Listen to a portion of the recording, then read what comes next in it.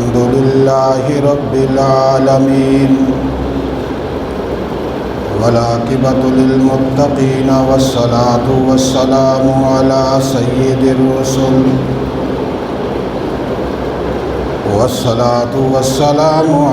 سيد الرسل وخاتم النبيين وعلى آله وأصحابه الطيبين الطاهرين لا سيما على الخلفاء الراشدين المهديين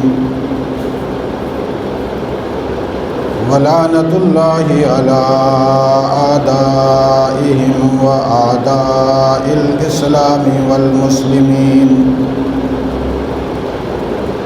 أما بعد أعوذ بالله من الشيطان الرجيم بسم الله الرحمن الرحيم هو الذي بعث في الأميين رسولا منهم يتلو عليهم آياته ويزكيهم ويعلمهم الكتاب والحكمة وإن كانوا من قبل لفي ضلال مبين قال الله تبارك وتعالى في مقام آخر لقد كان لكم في رسول الله أسوة حسنة صدق الله العظيم اللهم صل على سيدنا ومولانا محمد وعلى آل سيدنا ومولانا محمد وبارك وسلم عليه صلاة دائما أبدا على حبيبك خير الخلق كلهم هو الحبيب الذي ترجى شفاعته لكل حول من الأحوال مقتحمين.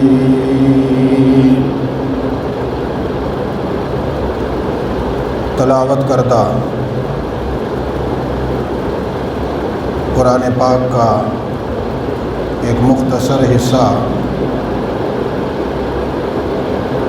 ہر جمعہ میں تدریجاً بیان ہونے والے عنوان کے ساتھ تعلق رکھتا ہے.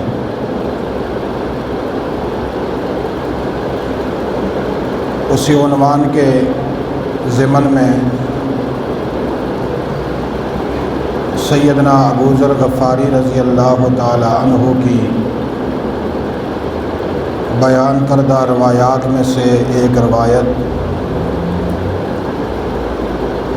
جو زیر بیان تھی اس کا کچھ حصہ پہلے بیان ہو چکا اور کچھ حصہ انشاءاللہ آج بیان ہوگا.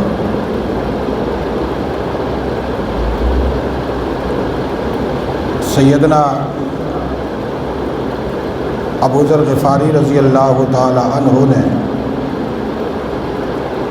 رسول اللہ صلی اللہ علیہ وسلم سے جو سوالات کیے تھے ان سوالات میں سے ایک سوال کے متعلق گزشتہ جمعہ تفصیلاً بات ہوئی تھی کہ صبر کیا ہے.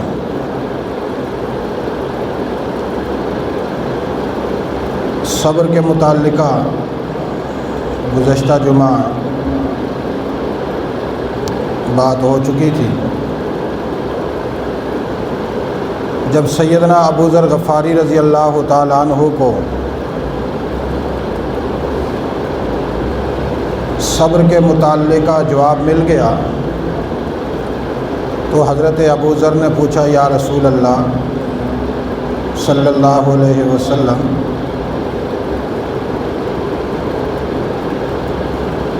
صدقہ کیا چیز ہے؟ آپ نے ہمیں حکم دیا کہ صدقہ کیا کرو۔ صدقہ تو ہم کرتے ہیں، لیکن صدقہ کی حقیقت کیا ہے؟ صدقہ چیز کیا ہے؟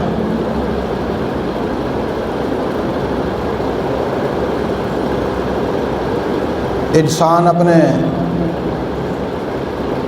مال میں سے اور متاع میں سے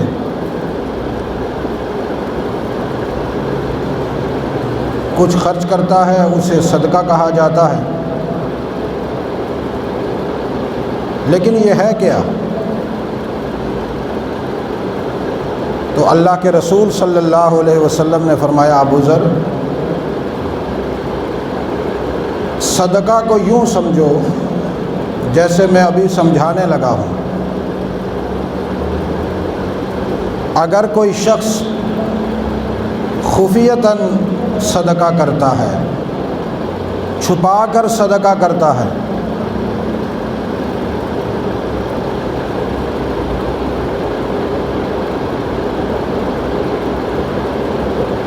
وہ اپنے صدقہ کو ظاہر نہیں کرتا،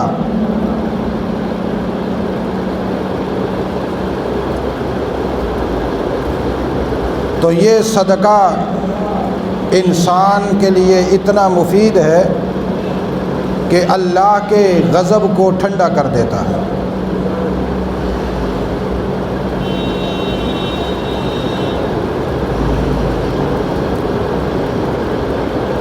اور اگر کوئی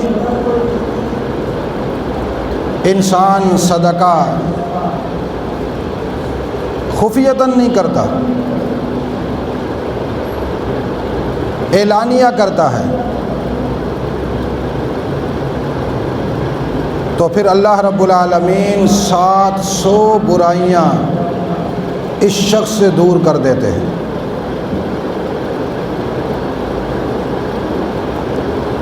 اب دیکھیے دونوں پہلو، ایک ہے چھپا کر صدقہ کرنا اور ایک ہے علل اعلان صدقہ کرنا۔ جب انسان چھپا کر صدقہ کرتا ہے تو اس کا مقصد یہ ہوتا ہے کہ میں جس ذات کے لیے دے رہا ہوں وہ ذات تو جانتی ہے،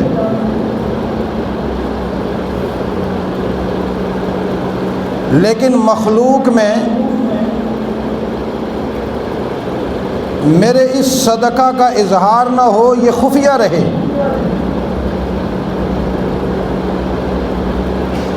تاکہ مجھ میں ریاکاری نہ پیدا ہو، دکھلاوا نہ پیدا ہو۔ تو ظاہر ہے اس انسان کا یہ نظریہ اور یہ سوچ اتنی اعلیٰ ہے کہ جب یہ اللہ کے لیے کرتا ہے چھپا کر، تو رب تعالیٰ اس کے گناہوں کو معاف فرما دیتے ہیں اور اس سے اپنے راضی ہونے کا فیصلہ فرما دیتے ہیں۔ لیکن جب وہ اعلانیہ صدقہ کرتا ہے، علل اعلان،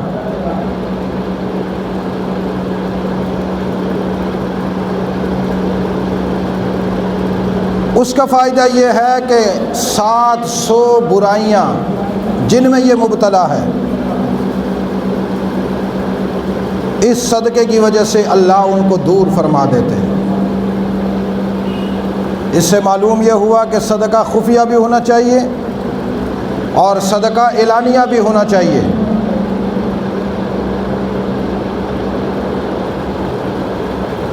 اعلانیہ صدقے کا فائدہ یہ ہوتا ہے کہ دوسروں کو ترغیب دی جاتی ہے۔ اگر ترغیب امت مقصود ہو تو یہ اعلانیہ صدقہ کرنا بہت اعلیٰ چیز ہے۔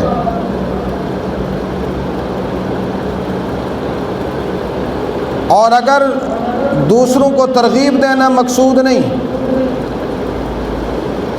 بلکہ یہ مقصود ہو کہ دیکھنے والے کہیں ماشاءاللہ فلاں صاحب نے کتنا مال اللہ کے راستے میں خرچ کر کیا، بڑا سخی آدمی ہے، اور میری شہرت کے ڈنکے بجیں، لوگوں کے درمیان میں صدقہ خیرات کرنے والا مشہور آدمی بن جاؤں، تو پھر ایسا شخص مشرک ہوتا ہے، وہ مومن نہیں ہوتا۔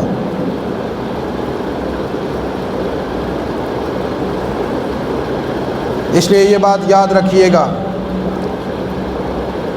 جس عبادت میں بھی اعلان ہے، اعلانیہ جو عبادت کی جاتی ہے، اس میں دو پہلو ہمیشہ پائے جاتے ہیں، اور ان میں سے ایک پہلو لازماً انسان کی نیت میں ہوتا ہے، یا تو وہ دوسروں کو ترغیب دے رہا ہوتا ہے کہ تم بھی یہ نیکی کا کام کرو، دعوت ہے تمہیں،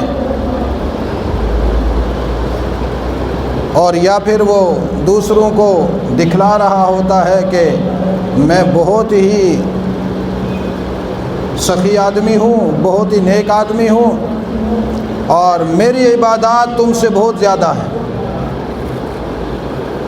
اسی لیے اللہ کے رسول صلی اللہ علیہ وسلم نے ارشاد فرمایا کہ اعمال کی صحت اور ان کی خرابی کا دار و مدار نیتوں پر ہے۔ انما الاعمال بالنیات، انسان کے وجود سے جو بھی عمل نکلتا ہے، اس عمل کا تعلق اس کی دل کی نیت کے ساتھ ہے۔ اگر نیت صحیح ہے تو اس کا عمل اللہ کے ہاں مقبول ہے، اور اگر نیت خراب ہے تو اس کا عمل اللہ کے ہاں مردود ہے۔ اور صدقہ ایک ایسی چیز ہے کہ اس کو اعلانیہ بھی ہونا چاہیے اور خفیتاً بھی ہونا چاہیے۔ جہاں پر بہت سارے لوگ ہوں اور وہاں امت کی ضرورت یہ ہو کہ امت کے زیادہ تر لوگ اس کار خیر میں حصہ ڈالیں تاکہ وہ ضرورت پوری ہو سکے۔ ایک آدمی کے صدقہ اور خیرات سے وہ ضرورت نہیں پوری ہو سکتی، اس کے لیے کثیر تعداد میں لوگ چاہیے۔ وہاں پر صدقہ اعلانیہ ہونا چاہیے، اور جہاں پر کسی شخص کے صرف تنہا عمل کرنے سے ضرورت پوری ہو جاتی ہے تو وہاں اس شخص کو چاہیے کہ خفیتاً صدقہ اور خیرات کرے۔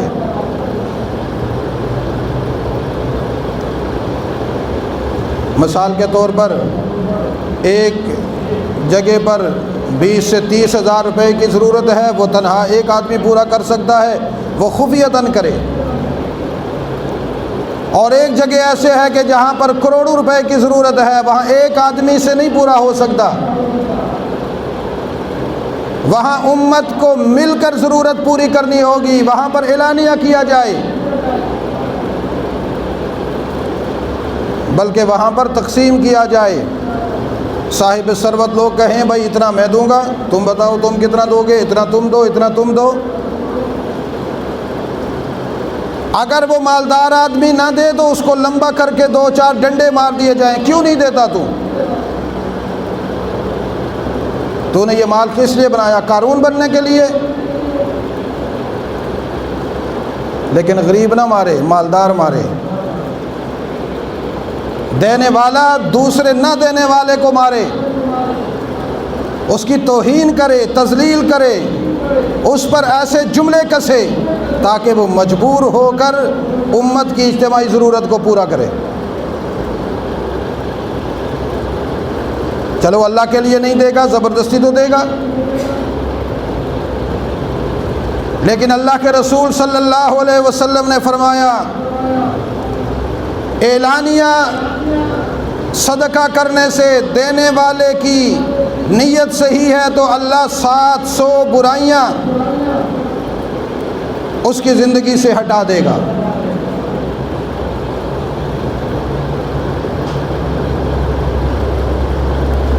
اور اس کو دیکھ کر جتنے لوگ اس عمل میں شامل ہوں گے، پتہ نہیں کتنے لوگ ہوں گے جو اس کو دیکھ کر عمل کرے گا ان کا ثواب بھی اس کے کھاتے میں لکھا جائے گا، وہ اضافی ہے۔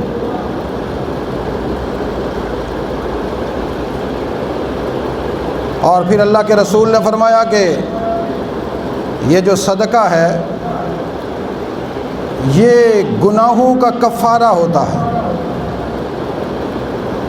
کیا ہوتا ہے؟ اونچی آواز سے، کیا ہوتا ہے؟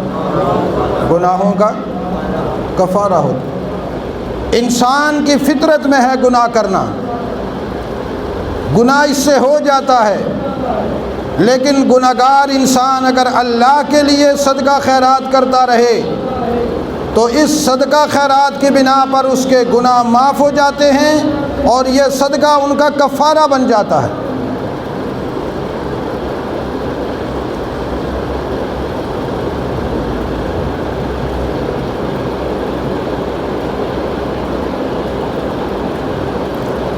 اسی لیے ہم نے بہت سارے ایسے لوگوں کو دیکھا جو بظاہر ہمیں بہت گناہگار نظر آتے تھے، لیکن جب ان کا موت کا وقت قریب آیا اور ان کی موت کی ظاہری حالت اور کیفیت کو دیکھ کر رشک آ گیا۔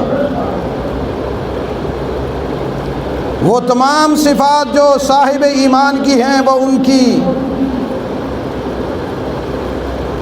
موت کے وقت میں ان کے سامنے ان کی زندگی کے خلاصے میں ظاہر ہوئی۔ انسان حیران ہو گیا، ہم اسے کیا سمجھتے تھے، یہ نکلا کیا؟ لیکن میرا تجربہ اور مشاہدہ یہ ہے کہ ایسے لوگ جو بظاہر ہمیں گناہگار نظر آتے ہیں، ان کا اللہ کے ساتھ صدقہ خیرات کا اتنا گہرا تعلق ہوتا ہے کہ ان کے گناہ اس صدقہ کی وجہ سے رب تعالیٰ موت سے پہلے معاف فرما دیتا ہے۔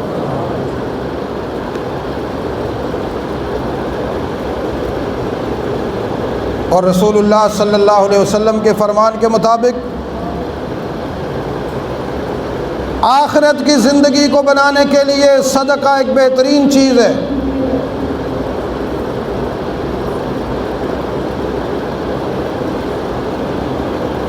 چونکہ جہاں گناہوں کا کفارہ بنتا ہے وہاں جہنم کی آگ کو ٹھنڈا نہیں کرتا بلکہ بجھا دیتا ہے۔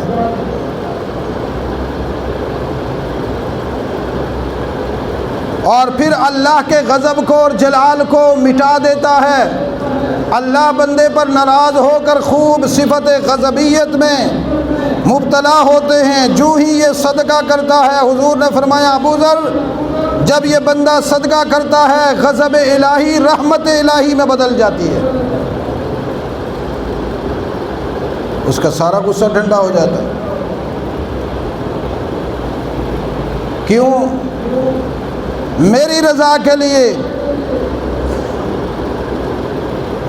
میری رضا کے لیے دے رہا ہے۔ فرشتوں گواہ ہو جاؤ، ہے تو میرا گنہگار اور نافرمان، لیکن اس کے دل میں رضا صرف میری ہے، مجھے ہی چاہتا ہے۔ اس نے اپنی قیمتی اثاثے میں سے میرے لیے خرچ کیا، میں اس کے گناہ بھی معاف کر دیتا ہوں اور اس کی یہ زندگی کے جو خطرناک پہلو ہیں ان کو اصلاح میں بدل دیتا ہوں۔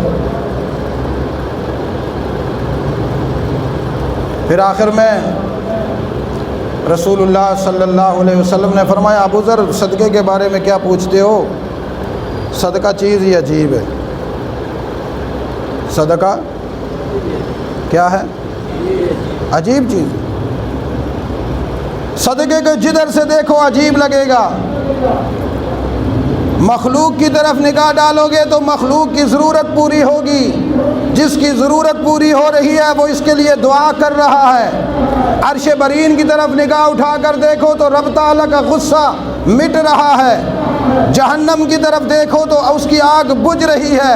جنت کی طرف دیکھو تو جنت کے دروازے کھل رہے ہیں اور جنت کے حور و غلمان اس کے اس انتظار میں استقبال کیے ہیں، کھڑے ہو رہ کر دیکھ رہے ہیں کب جنت کے دروازے سے صدقہ کرنے والا داخل ہو، ہم اس کی خدمت پر مامور ہو جائیں۔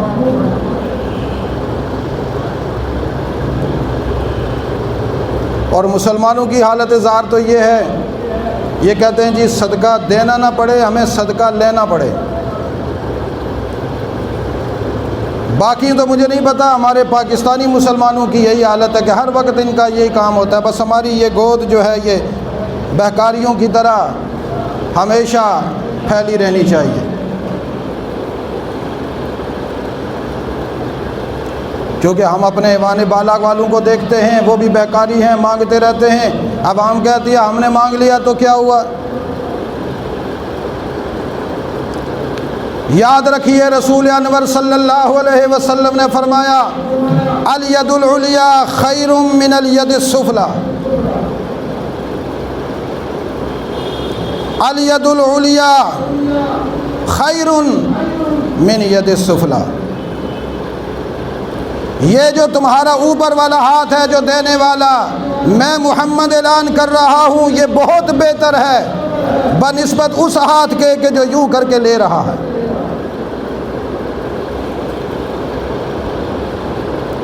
اور رسول اللہ صلی اللہ علیہ وسلم کی خواہش اور تمنا یہ تھی میری امت کا ہر فرد ید اولا والا ہو، دینے والا بنے، لینے والا نہ بنے۔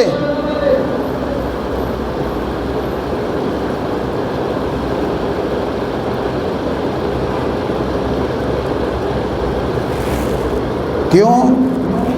رسول اللہ صلی اللہ علیہ وسلم نے اپنی پاکیزہ زندگی میں ہمیشہ دیا ہے، لیا نہیں۔ بولو، حضور نے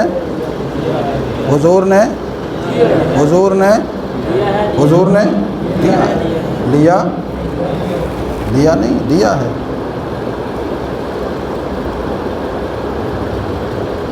اسی لیے تو رسول اللہ کے گھر میں کئی مہینے فاقے رہتے تھے۔ سید عائشہ فرماتی ہیں رأینا الحلال ثم رأینا الحلال ثم رأینا الحلال، ایک چاند، دوسرا چاند، تیسرا چاند طلوع ہو گیا، میں عائشہ کے گھر میں رسول اللہ نے کوئی ایسی چیز نہیں لائی کہ میں چولہا جلا کر اس پر سالن پکاؤں۔ جو بھی آتا دربار رسالت میں تقسیم ہو جاتا۔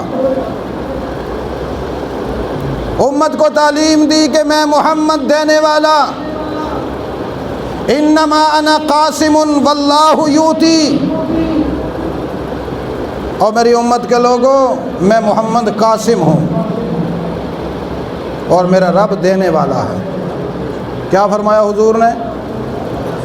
انما انا قاسم، میں تقسیم کرنے والا ہوں، یہ میں ہمیشہ اس لیے بانٹ رہا ہوتا ہوں، دے رہا ہوتا ہوں۔ اللہ نے مجھے کہا میرے محمد میں دنیا کے سارے خزانے تیرے قدموں میں ڈھیر کر دوں گا اور تیرا کام ہے تقسیم کرنا۔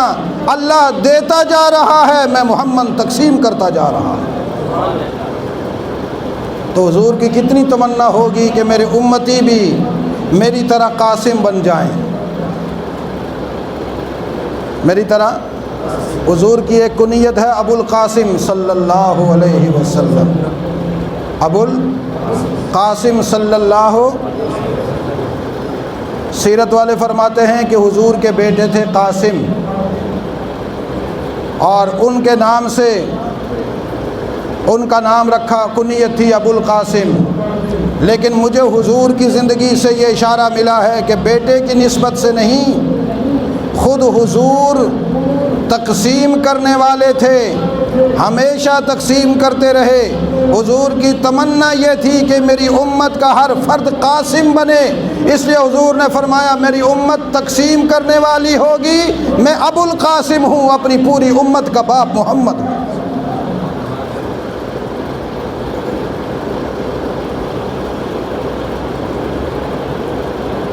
ابو القاسم تقسیم کرنے والے کا باپ۔ ہائے ہائے ہائے، قیامت والے دن تقسیم کرنے والے آئیں گے سب حضور کے پاس۔ کہاں جا رہے ہو؟ فرشتے کہیں گے راستہ چھوڑ دو، قاسم ہے قاسم،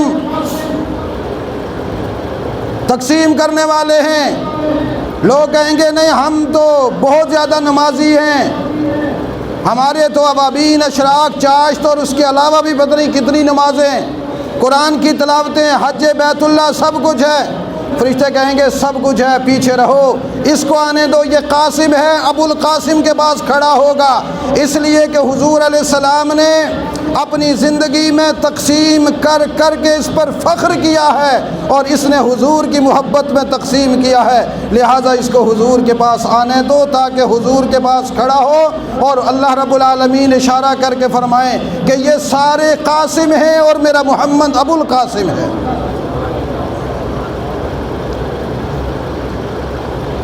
اب کس کی تمنا ہے کہ ہم حضور کے پاس کھڑے ہوں، ہمیں کہا جائے یہ قاسم ہے اور حضور ابو القاسم ہے؟ یہ سب کی تمنا ہے؟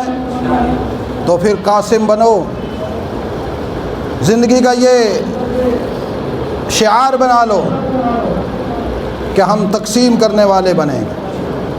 اپنے مال میں سے تھوڑا ہے یا زیادہ، اس میں سے اللہ کے لیے ضرور حصہ نکالیں گے۔ اور صدقہ کرنے والا جب قیامت والے دن اللہ کے دربار میں آئے گا، اس کی حالت بھی عجیب ہوگی۔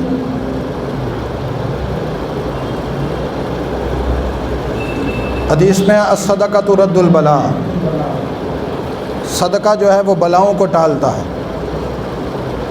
بلاؤں کو، اونچی آواز۔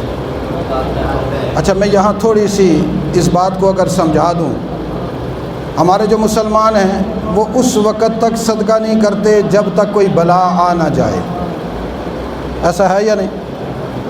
خوشی میں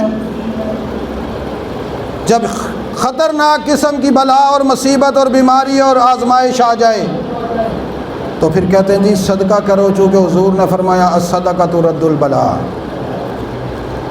بات تو اپنی جگہ پر ٹھیک ہے، حضور نے فرمایا صدقہ بلاؤں کو ٹالتا ہے، بلا آ جائے صدقات سے اس کو دور کرو، لیکن بلا کو روکو بھی تو صحیح نا۔ ایک ہے ٹالنا، وہ آئے گی تو اس کو واپس کریں گے، ایک یہ ہے کہ بلا کو آنے نہ دو۔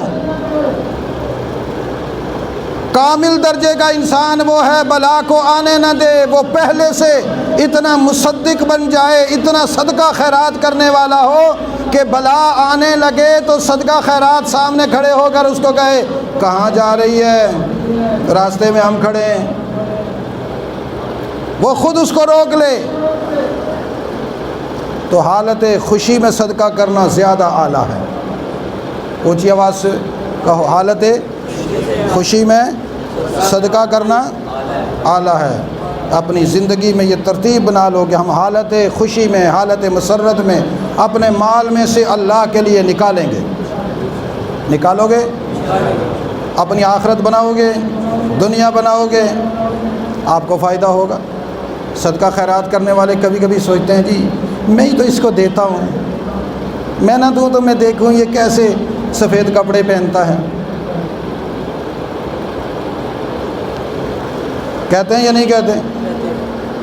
کسی کو بتانا نہیں ہے، یہ جو گھر ہے نا یہ میں نے بنا کر دیا ان کا، یہ جو ان کا بیٹا اتنا بڑا ابھی ماشاءاللہ آفیسر ہے، یہ فقیر کے پیسوں سے بنا ہے۔ اس بیماری میں تنہا آپ نہیں بیمار، میں بھی بیماری کا مریض ہوں، سب مسلمان مریض ہیں، لیکن اتنا جملہ کہنے سے ساری کی ساری نیکی برباد ہو جاتی ہے۔ اس لیے کبھی مت کہنا کہ ہم نے کیا، دینے کے بعد کرنے کے بعد کہو کس نے کیا؟ کی آواز سے کیوں؟ حضور نے فرمایا انما انا قاسم واللہ یوتی، اور میں محمد تقسیم کرتا ہوں، میرا ذاتی کچھ بھی نہیں، دینے والی ذات اللہ ہے۔ تو ہماری جیب میں جو ہے وہ کہاں سے آیا؟ اللہ نے دیا، ہم تو مالک ہی نہیں ہیں اس کے۔ ایک بات یاد رکھو، یہ جو دنیا کے اثاثے ہمارے پاس ہیں ہم اس کے مالک نہیں ہیں۔ یہ دنیا کا سب سے بڑا گناہ ہے کہ یہ کہنا کہ میں اس کا مالک ہوں۔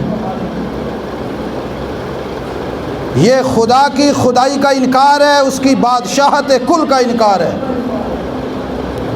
کل کائنات کی جو نعمت ہمارے پاس آتی ہے وہ اللہ نے ہمیں دی ہے، اور ہمیں نگران رکھا ہے، مالک نہیں بنایا۔ کیا رکھا ہے؟ اونچی آواز سے، کیا رکھا ہے؟ نگران رکھا ہے۔ کہا یہاں کھڑے ہو جاؤ، میں تمہارے حوالے کرتا ہوں، اپنی ضرورت کے مطابق استعمال کرو، باقی میرے بندوں میں تقسیم کرو۔ لوگ کہتے ہیں جی میں مالک ہوں، میں مالک ہوں۔ یہ جو دنیاوی مالکانہ حقوق لکھے ہوئے ہوتے ہیں نا، یہ اس لیے ہوتے ہیں کہ تاکہ اس کی چوکیداری ثابت ہو جائے عوام کے درمیان، ورنہ اللہ کے ہاں تو یہ چوکیدار ہے۔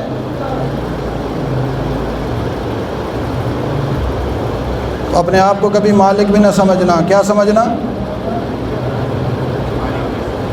مالک تو اللہ ہے، ہم چوکیدار ہیں، لہذا اس کی مرضی کے خلاف ہم اس کو خرچ نہیں کر سکتے۔ اسی لیے میں کہتا ہوں جو اس کی مرضی کے خلاف خرچ کرتے ہیں نا، مثال کے طور پر سیاستدانوں پہ بڑے بڑے بینر لگے ہوئے ہوتے ہیں، گاڑیاں چل رہی ہوتی ہیں، ڈگ بج رہے ہوتے ہیں، شادیوں پہ گولہ بارود چل رہا ہوتا ہے، فائرنگ ہو رہی ہوتی ہے، وغیرہ وغیرہ ذالکا۔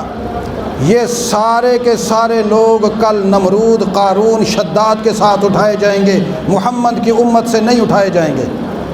چاہے ان کے نام کے ساتھ الحاج لکھا ہوا ہو، چاہے ان کے نام کے ساتھ صوفی اعظم لکھا ہوا ہو، چاہے ان کے داڑھی جو ہے نا وہ ٹخنوں تک جا رہی ہو، چاہے ان کی پگڑی جو ہے نا بیت اللہ کے غلاف کی بنی ہوئی ہو، چاہے ان کا لباس جو ہے نا بیت اللہ کے غلاف کا ہو، کچھ بھی ہو، اس طرح اپنے مال کو اسراف اور تبذیر کے ساتھ خرچ کرنے والے قارونی، نمرودی اور شدادی ہوں گے۔ خدا نے ان کو مالک نہیں بنایا کہ اپنی مرضی سے خرچ کریں، خدا نے نگران بنایا ہے۔ نگران ہو کر اس کے مال میں خیانت کرتے ہیں، کل یہ خائن ہونے کی حیثیت سے جہنم میں جائیں گے۔ اس وقت دانت کھول رہے ہوتے ہیں بڑا مزہ آیا جی، آج ہمارے بچوں نے فائرنگ کی ہے، سور نے کی ہے۔ وہ بچہ نہیں، وہ سور ہے، تیری پیدائش میں قصور ہے۔ بڑے بڑے صوفی اس وقت ہاتھ اٹھائے ہوئے جی، بڑے بڑے عزت دار لوگ، اپنی دولت جو اللہ نے تمہارے پاس رکھی ہے امانت کے طور پر، اس امانت کا خیال کرنا، لوگوں کو بتلاؤ، دربار خداوندی میں پکڑے جاؤ گے۔ عہد کرو کہ ہم چوکیدار بن کر اس دولت کی نگرانی کریں گے، چاہے تھوڑی آئے یا زیادہ۔ کون ہے جو چوکیدار بن کے کرے گا؟ جب بھی ہم دولت خرچ کریں گے اللہ کی مرضی سے خرچ کریں گے انشاءاللہ۔ اب یہ جو صدقہ ہے نا، اس کی آگے 2-3 قسمیں ہیں، وہ بھی ذرا نوٹ کر لیں، یا چلو اگلے جمعے انشاءاللہ تفصیل چونکہ لمبی ہو جائے گی، یہ صدقات کیسے خرچ کرنے ہیں یہ انشاءاللہ اگلے جمعے بیان کریں گے۔ آج کی گفتگو کا خلاصہ، صدقہ سے صدقہ اعلانیہ بھی کیا جاتا ہے، صدقہ خفیہ بھی کیا جاتا ہے۔ اعلانیہ تب کیا جاتا ہے جب باقی لوگوں کو بھی ترغیب دینی مقصود ہو، اور خفیہ اس وقت کیا جاتا ہے جب تنہا ایک آدمی کے صدقہ سے وہ ضرورت پوری ہو جائے، اور مقصد ہوتا ہے اللہ کی رضا۔ مقصد کیا ہوتا ہے؟ صدقہ دینے والے کو فائدہ کیا ہوگا؟